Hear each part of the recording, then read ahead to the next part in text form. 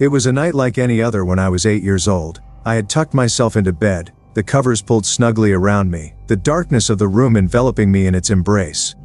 But as I lay there, my mind began to wander to the large, imposing wardrobe that loomed in the corner of my room. It had always filled me with a sense of unease, its dark wood and heavy doors seeming to hold secrets that I could only imagine in the shadows of my mind. As I drifted off to sleep, the fear of the wardrobe lingered in the back of my mind. I tried to push the thoughts away, to tell myself that it was just a piece of furniture, nothing more. But deep down a sense of dread gnawed at me, whispering that there was something sinister lurking within its depths. And then, in the middle of the night, something happened that would forever haunt me. I awoke to a creaking sound, the faintest of whispers that seemed to echo through the room. My heart pounded in my chest as I opened my eyes, the darkness pressing in on me like a heavy blanket. And that's when I saw them, two large glowing eyes staring back at me from the darkness of the wardrobe. I froze, my breath catching in my throat as I gazed into those eyes, filled with a malevolent intensity that sent shivers down my spine.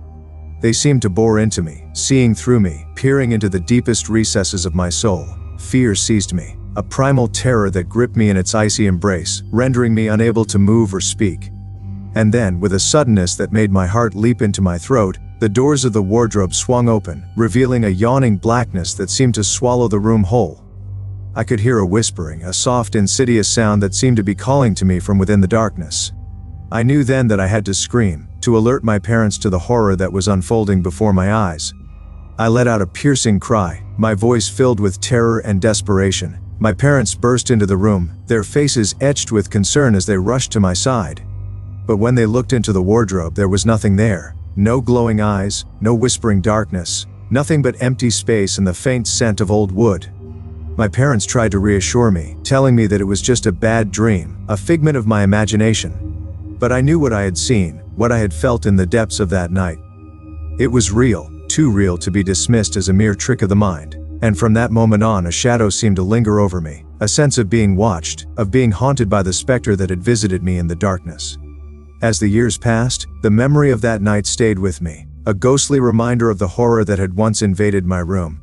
Sometimes in the quiet of the night, I would feel a chill run down my spine, a sense of unease that whispered of unseen eyes and hidden terrors. And though I tried to push the memory away, to convince myself that it was just a childhood fear, a part of me knew that the darkness of that night would never truly leave me.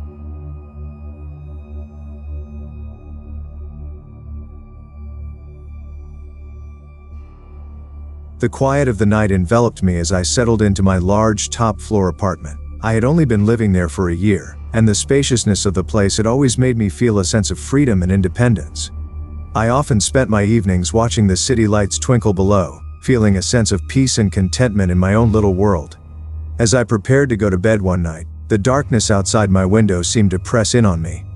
I had always been comfortable living alone, but tonight, the stillness of the apartment felt almost suffocating. I tried to shake off the feeling, reminding myself that I was safe and secure in my own space. But then, a piercing scream shattered the silence, echoing through the walls of my apartment. My heart jumped into my throat as I listened to the sound. It was coming from the apartment next door, the one belonging to my strange and reclusive neighbor. I had always known that he kept to himself, rarely seen or heard by anyone in the building. The woman's screams were gut-wrenching, filled with terror and desperation, and I knew that I couldn't ignore them.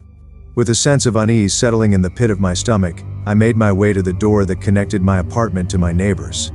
The screams continued, growing louder and more frantic with each passing moment. Fear gnawed at me as I knocked on the door, calling out to the woman inside.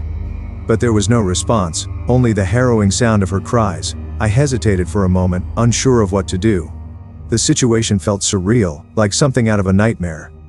And then, as if in response to my hesitation, the woman's screams crescendoed into a blood-curdling wail, sending a chill down my spine. Without another thought, I pushed open the door and stepped inside. The scene that greeted me was one of horror. The woman was cowering in a corner, her eyes wide with fear as she pleaded for help. And there, standing over her, was my neighbor, a twisted smile on his face and a gleaming knife in his hand. The sight sent a jolt of terror through me, and I knew that I had to act fast. I shouted at the man, demanding that he stop and release the woman. But he only laughed, his eyes glinting with malice as he advanced towards me, the knife glinting in the dim light. Panic seized me as I realized the danger I was in, and without hesitation, I turned and fled, locking the door behind me. Heart pounding, I fumbled for my phone and dialed the emergency services, my voice shaking as I recounted the terrifying events unfolding in the apartment next door.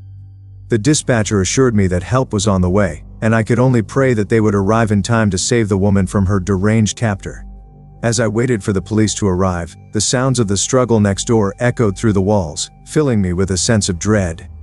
I knew that I had narrowly escaped a fate that could have been much worse, and as the flashing lights of the police cars illuminated the darkness outside, I felt a wave of relief wash over me. The man was apprehended, the woman rescued, and the nightmare finally came to an end, but the memory of that night would linger with me.